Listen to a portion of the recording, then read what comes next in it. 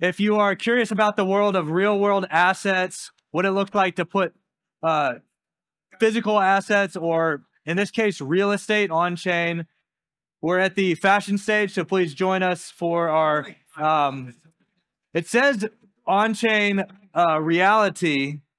And I wanted to do a little pun. So it's on chain realty. So to be a little cheesy and, you know, I like to have fun with some words. So anyways, want to introduce our panelists. We've got Max Folaron.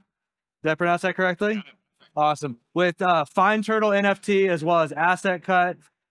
We have Tony Herrera, who is was on a discussion earlier around the world of art, joining us for real estate. And then we've got Spencer Soloway with Horizon Labs. So I'm going to take a seat.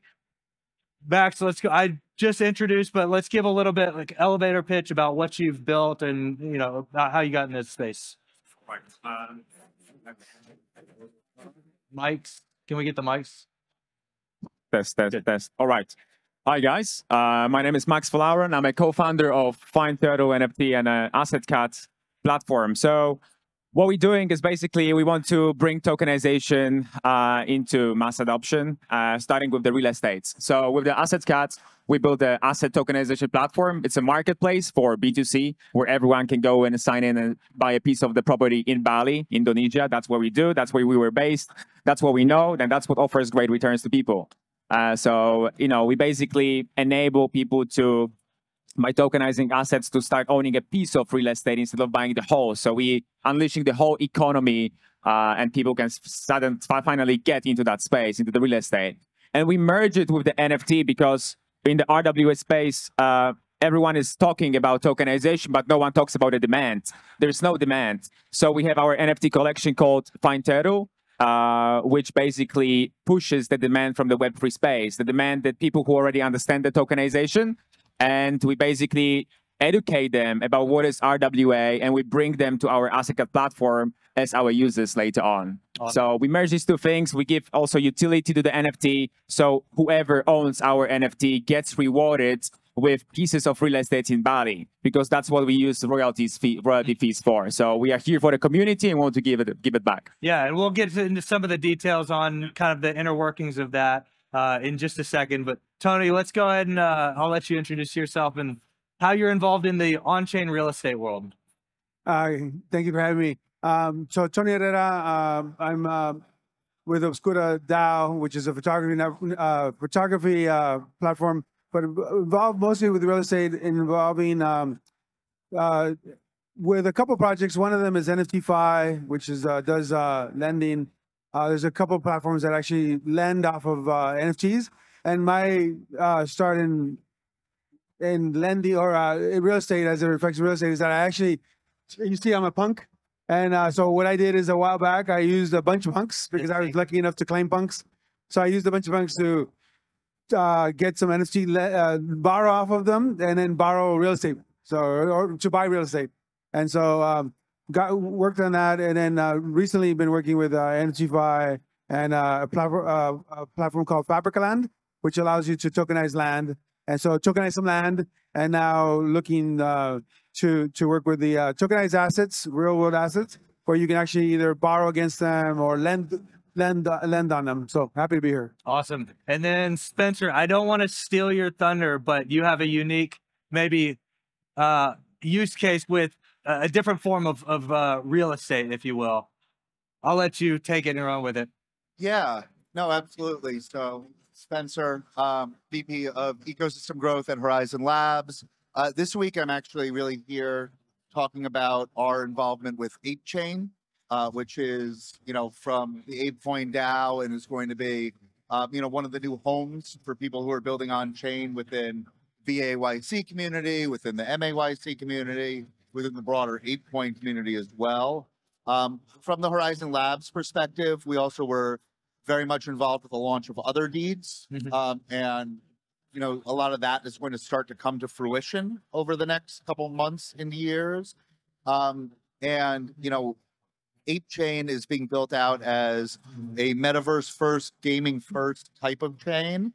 But because of the nature of, BAYC and Made by Apes in particular, there are going to be so many opportunities that we know are coming up and starting to really pop up now around bringing in a lot of those real world kind of, properties and real world assets from that type of side on chain and represented. Yeah. So excited to talk about all of that. Yeah. It's, there's going to be a shift. I mean, there's kind of currently going on a shift of the physical and the digital merging, specifically in this context, real estate and the metaverse and gaming. So, what y'all are, building at Ape Chain through Horizon Labs is very exciting, and, kind of, again, a unique twist on like physical real estate and tokenization there, and then how it can be implemented in the metaverse. So, Max, you were getting into a little bit about like the connection between your Fine Turtle NFTs and Asset Cut and how in the real estate in Bali. So, for the audience, if they're curious about Fine Turtle, they want to look into when they're buying the NFT. Are they buying the physical property, or is it the representation, or just a participation in maybe the whatever the yield of the asset pertains, but they don't actually physically own the asset? I'm curious on that dynamic. It's on, yeah.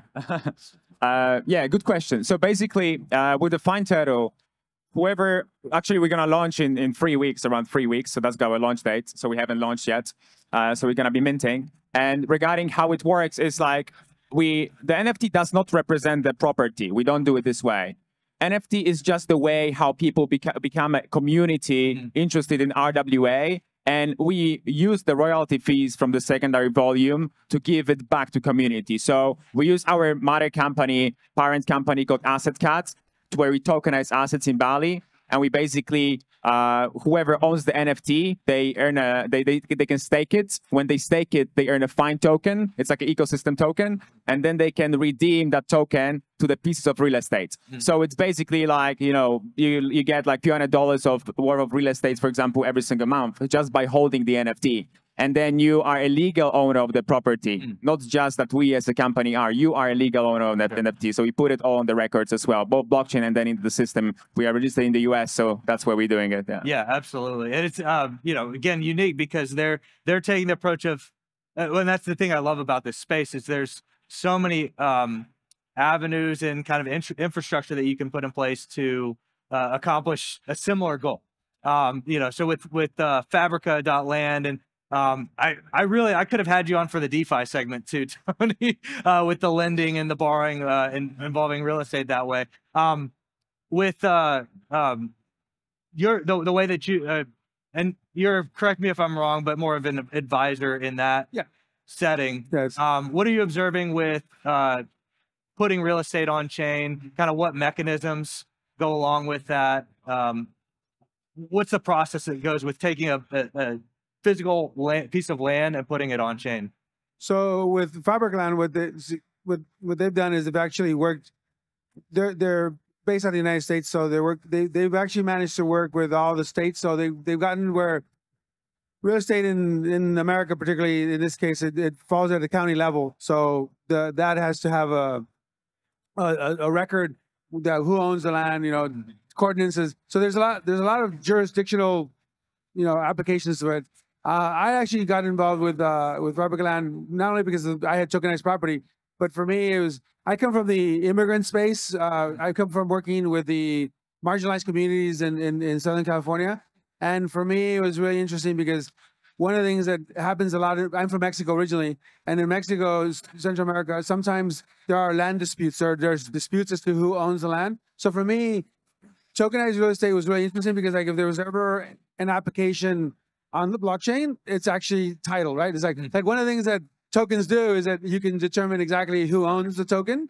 And so if a real estate asset can be tokenized, then it becomes, not only can you determine who owns the token, but it's also like, well, what's all the metadata essentially for the token? Like, okay, well, where is it? What jurisdiction does it fall on? What are the taxable implications?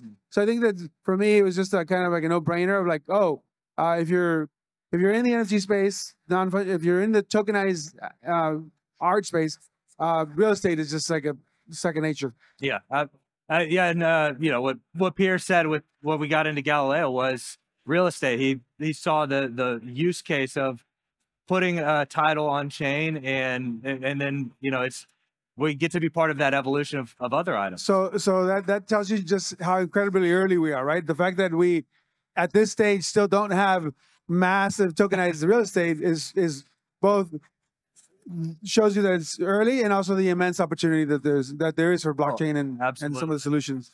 Yeah, and then we're talking about kind of the land titles and all of that, but then we have with Ape Chain. How do you see the kind of merging of that digital and the physical with as far as real estate goes, and maybe a gaming context, and I guess what you're doing? Yeah, with Ape Chain? No, I think it's a really, really good question, and essentially, there's so much that's happening, like you're talking about on the regulatory side, right?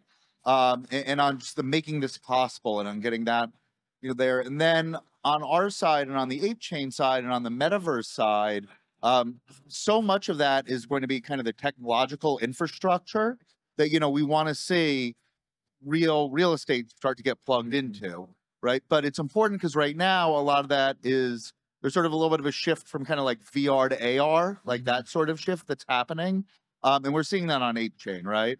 Where, before you really have the sort of hard physical, assets around deeds and things like that for real world properties on chain, there's this opportunity to get in a lot of that AR, right? There's work that's being done through like Matera and Land Vault, to give them a shout out, on Ape Chain and a couple of other places, right? Where, you can kind of claim a piece of land within the ape universe, right? And that's something where, yeah, that's not connected to your ownership of the real world property yet, right? But it paves the way because those are systems that are being built out that could be connected there. And I think on the flip side, you also have people who are coming in with properties that are going to be able to be tokenized and will be at the forefront of that, right? So I know there's all sorts of people that we want to tokenize properties, or all sorts of awesome use cases for it. But, especially with the Bored Apes and with Made by Ape, there are people who are already bought into that and could be on the cutting edge in those first test cases. Folks who are doing like, Bored and Hungry or Bored Cubans or any of these restaurants where they have a physical location, and they're talking about bringing those on chain and sort of starting to bring that in. Not them in particular, but people within, those are kind of examples of people who might. And, so I think like there's all this supplemental stuff where, the full-on metaverse is still maybe a decade away, right? Like the full-on vision of it. But those kind of pieces of it are being built right now, and they're kind of happening so quickly, and they're going to be able to be turned back on to, provide that kind of underlying infrastructure, to properties and to real estate tokenization that I think is going to be really exciting. It'll be just a natural blend. Yeah, go ahead. No, both points are really cool. I would just add that because tokenization is such a big space, we can tokenize literally everything. And we have obviously financial institution tokenizing so many assets.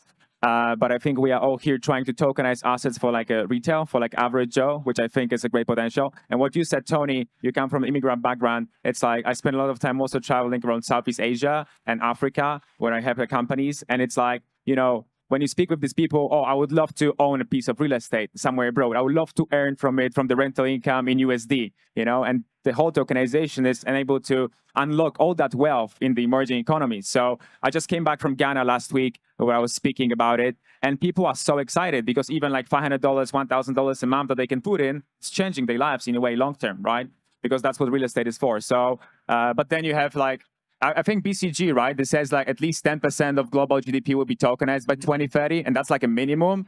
And the best estimate is like around 40%, 45%. So we talk almost half of the global GDP in a best case scenario to be tokenized. And we are like 2024, 6 years to go. I mean, might be hard to think right now. We are still so early, right? And we have so many things to develop, but it's definitely something that I think many people do not realize that is really coming and pushing strong.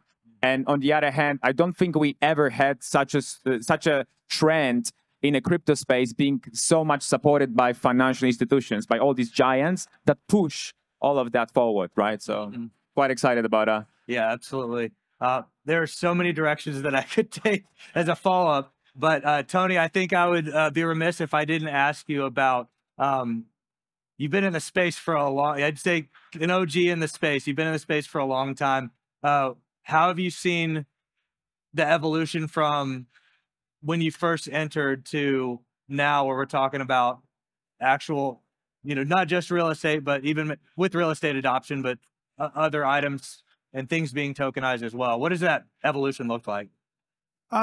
For me, it's evolving fairly well. I mean, there's a lot of things. So, oftentimes it's like, I've been around in the crypto space since 2016, 2017, right? So, started off with, as tokens are concerned, I started off by claiming punks, and then later on, bought a lot of our blocks, minted apes and stuff like that. And then, as things evolved for me, I got involved a lot into DAOs. So talking about the immigrant space, one of the things that I loved about crypto is this sort of like decentralized nature of it, and the aspect of the fact that a bunch of people can sort of gather together and sort of like coalesce around like a common mission and objective. And so, when apes started, the ape DAO, and then started ApeCoin, and it was, to me, it was interesting because like, you already had that group of punks that were forming. It was like, okay, because like for a while there, for me, it's like, it's been easy to just go and to a strange city and sort of say, hey, are there any punks there? And I can know that I'm going to be accepted, right? Yeah.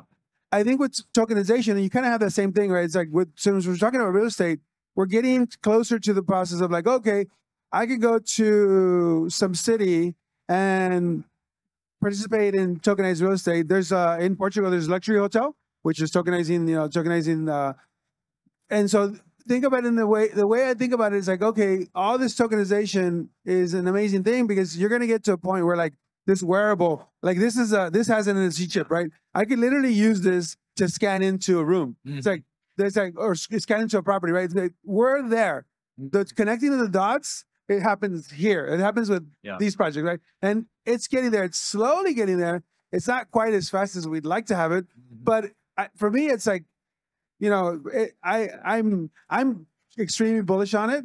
I think it's going to get here sooner than we think, and it's going to be amazing. Next time, you won't have to check in somewhere to get a tag, because basically it's in your wallet already. Yeah, absolutely.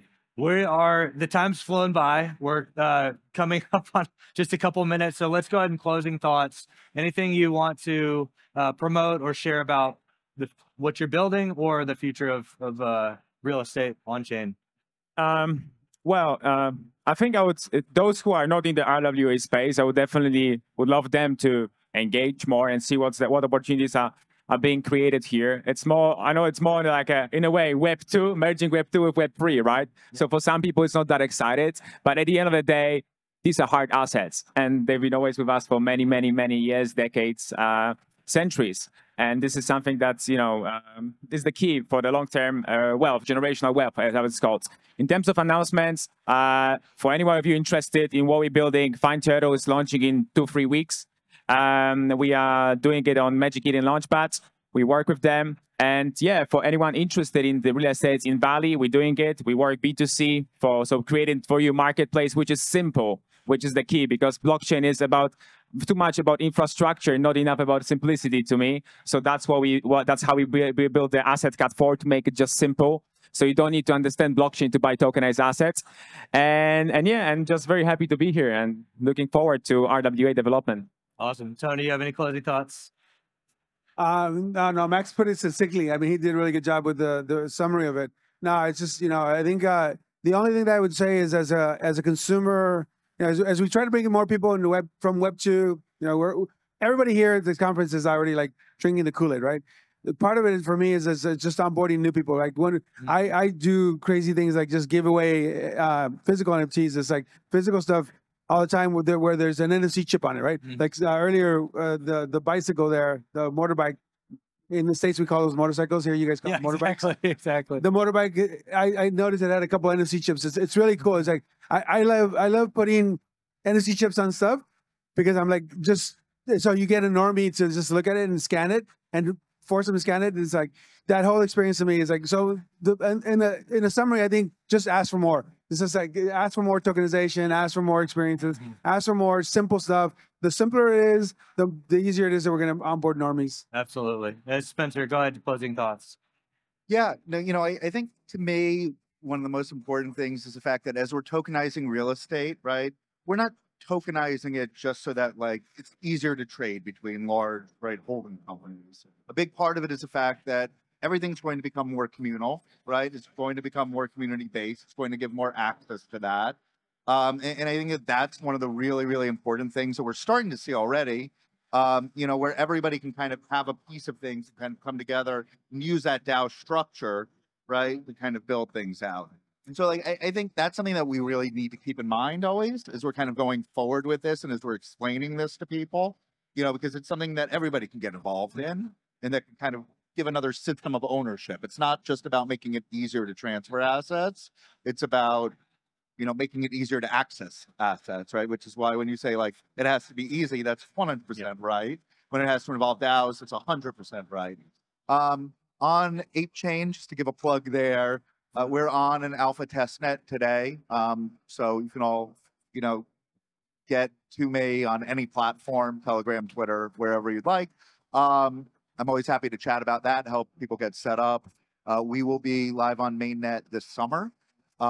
Exact date TBD. So that's exciting as well with a lot of exciting announcements to come. Oh yeah, absolutely. Awesome. Well, thanks guys for joining. Audience, please give them a round of applause. We have, as from Galileo, a gift for joining the panel, and we'd love to take a picture after. We will be back in, 5 minutes? Okay, we'll be back in 5 minutes. We'll be, if you're curious about wine and spirits on chain, join us in about 5 minutes for a fun discussion. Thanks, guys.